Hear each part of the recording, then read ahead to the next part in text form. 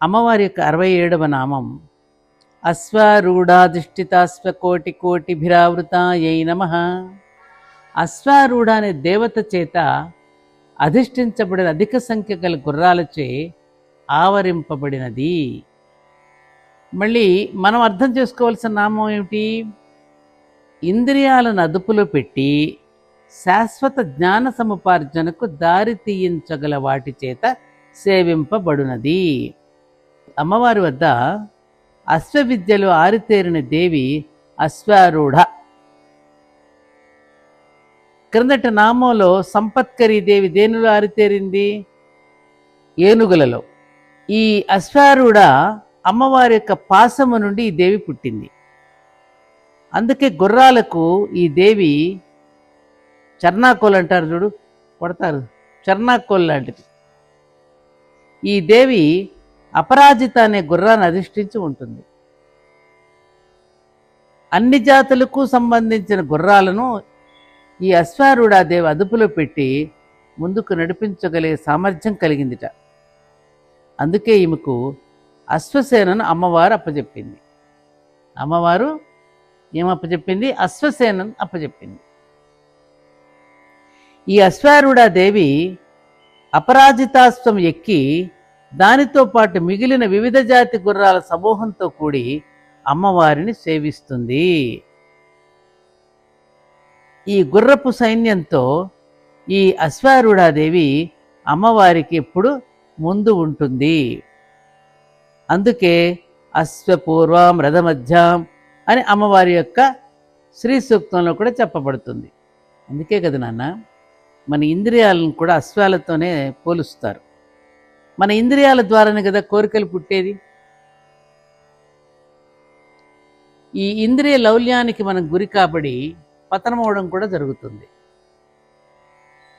ఈ అశ్వారూఢాదేవి ఇంద్రియాలనే గుర్రాలను ఎక్కి వాటిని అదుపులో పెట్టి వాటి వలన జరగవలసిన పనులు చేయించి శాశ్వత జ్ఞాన సముపార్జనకు తద్వారా ఆనందానికి దారితీస్తుంది. అంతే కదా నాన్న. మరి ఇలాంటి ఇంద్రియ లౌల్యానికి గురి కాబడే కదా పతనమవుతూ వస్తున్నారు యూత్ అంతా, యువతంతా. నిన్న మొన్న జరిగిన సంఘటన ఏమిటి? ఒక కుర్రవాడు ఇటువంటి వాటికి బానిసై డ్రగ్స్కి ఎడిక్ట్ అయి సొంత తాతనే 83 కత్తిపోట్లతో చంపేశాడు. అంటే దేనివల్ల జరిగింది? అజ్ఞానం, మూర్ఖత్వం. ఇటువంటి వాటికి బానిసలైపోవడం వల్ల, ఇంద్రియాలను అదుపులో పెట్టుకోకపోవడం వల్ల ఎంత నష్టం జరుగుతుందో చూడండి. అందుకేగా నేను ఎప్పుడు చెప్తాను, ఈ ప్రపంచం ఎప్పుడు నీకు చెడు అలవాట్లు చేస్తుంది. ఆ చెడు అలవాట్ల వల్ల నువ్వు చేసే తప్పులకి అది ఏమాత్రమో బాధ్యత వహించదు. తస్మాత్ జాగ్రత్త. ఇది ప్రతి స్టూడెంట్కి నేను హెచ్చరిక చేస్తూనే ఉంటాను. ఇప్పుడు దుకాణం పెట్టి అన్ని రకాలు అమ్ముతున్నాడు నాన్న తాగుడికి. ఆ దుకాణదారికి కావలసిన డబ్బులు వాడి వ్యాపారం. నీ మీద శ్రద్ధ వాడికి ఎందుకు ఉంటుంది నాన్న? దాని ద్వారా నువ్వు చేసే తప్పుకు వాడు బాధ్యత తీసుకుంటాడా రేపు? తీసుకోరు కదా. ఎంతమంది ఉంటారు అట్లా? పుల్లారెడ్డి గారు బీడీల షాప్ పెట్టేవారట మొట్టమొదట్లో. ఎవరో ఒకరోజు ఒక పిల్లాడు వచ్చాడు, బీడీలు ఇమ్మన్నాడు మా నాన్న. మీ నాన్నని పిలవమన్నాడు. పిలుచుకొచ్చాడు.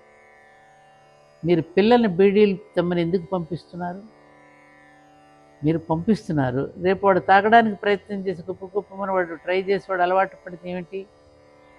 అలా ఎంతమంది బాధ్యత వహిస్తారు? ఇంకెప్పుడు ఇలా పిల్లల్ని పంపకండి ఇటువంటి వాటికి చివాట్లు పెట్టి పంపించారు. నిజంగానికి వ్యాపారమే దృక్పథం అయితే కనుక వ్యాపారం చేసుకుని వాడికి 10 రూపాయలు తీసుకుని బీడీ ఇచ్చేయచ్చు కదా. అలా చేయలే ఆయన. తండ్రిని పిలిచి మందలించి ఇంకెప్పుడు ఇలాంటి తప్పు పనులు చేయొద్దని చెప్పి పంపించారు. ఎంతమంది పెద్దలు ఆ విధంగా సమాజం కోసం బాధ్యత తీసుకుంటారు నాన్న? రోడ్ల మీద పెట్టి అమ్ముకునే వాళ్ళందరికీ సమాజం పట్ల బాధ్యత ఉంటుందా? కానీ జాతిని సేవించుకుని బ్రతికిన జాతి మనది. వాళ్ళు వంచుకుని బ్రతుకుతోంది. అది బాధ. ఒకప్పుడు మన భారత జాతి ఇతరులను సేవించుకుని బ్రతికింది. ఇవాళ ఇతరులు వంచిస్తూ బ్రతుకుతోంది. ఎంత తేడా ఉంది సేవించుతూ బ్రతకడానికి, వంచిస్తూ బ్రతకడానికి. అందుకని మనకి మనమే తెలుసుకోవాలి, మన జాగ్రత్తలో మనం ఉండాలి, అటువంటి వాటికి లోను కాకుండా మనం దూరంగా ఉండాలి. ఇవన్నీ మనలో జరిగే అంశాలే అమ్మవారి కింద కనుక్కున్నామే సంఘర్షణ, యుద్ధం. ఈ సేన అంతా దేనికోసం? ఈ సేన ఎవరికి? ఇంద్రియాలకే సేనలు. వీరందరూ అధిపతులు దానిని కంట్రోల్ చేయగలిగిన నైపుణ్యం కలిగినటువంటి వాళ్ళు. మనలో ఇంద్రియాలను కూడా ఎలా కంట్రోల్ చేసుకోవాలో, ఆ జ్ఞాన సంపర్క భావాలను ఎలా పెంచుకోవాలో మనకు వీటి ద్వారా మనకు తెలియచేశారు. అమ్మవారి యొక్క ఆలయంలో ప్రవేశించినప్పుడు అర్ధమండపంలో నిలబడి ముందుగా గంట మ్రోగించి అమ్మకు నమస్కరిస్తాం.